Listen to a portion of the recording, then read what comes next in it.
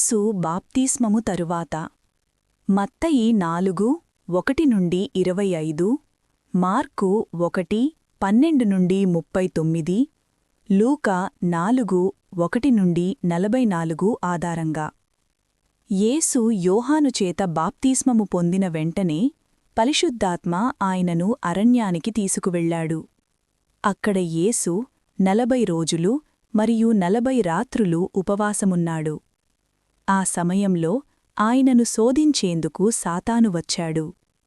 సాతాను యేసును 3 విధాలుగా శోధించాడు. మొదటిగా రాళ్లను అన్నముగా మార్చమని అన్నాడు.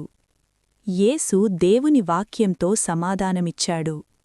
మనుష్యుడు అన్నముతో మాత్రమే జీవించడు, దేవుని నోట నుండి వచ్చే ప్రతి మాటతో జీవిస్తాడు.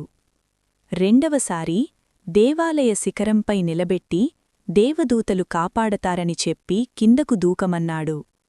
యేసు ఇలా అన్నాడు: నీ దేవుడైన ప్రభువును శోధించవద్దు.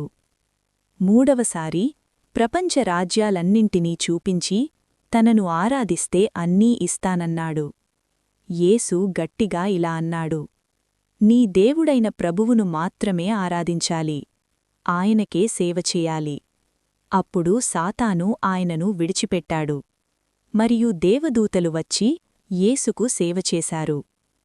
అరణ్యం నుండి తిరిగి వచ్చిన తర్వాత యేసు గలిలయలో తన సేవను ప్రారంభించాడు. ఆయన ఇలా ప్రకటించాడు: సమయం నెరవేరింది, దేవుని రాజ్యం దగ్గరగా ఉంది, పశ్చాత్తాపపడండి, సువార్తను నమ్మండి.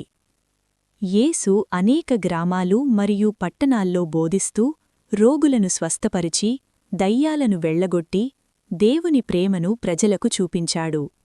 ఆయన తన మొదటి శిష్యులుగా పేతురు, అండ్రేయు, యాకోబు, యోహానులను పిలిచాడు.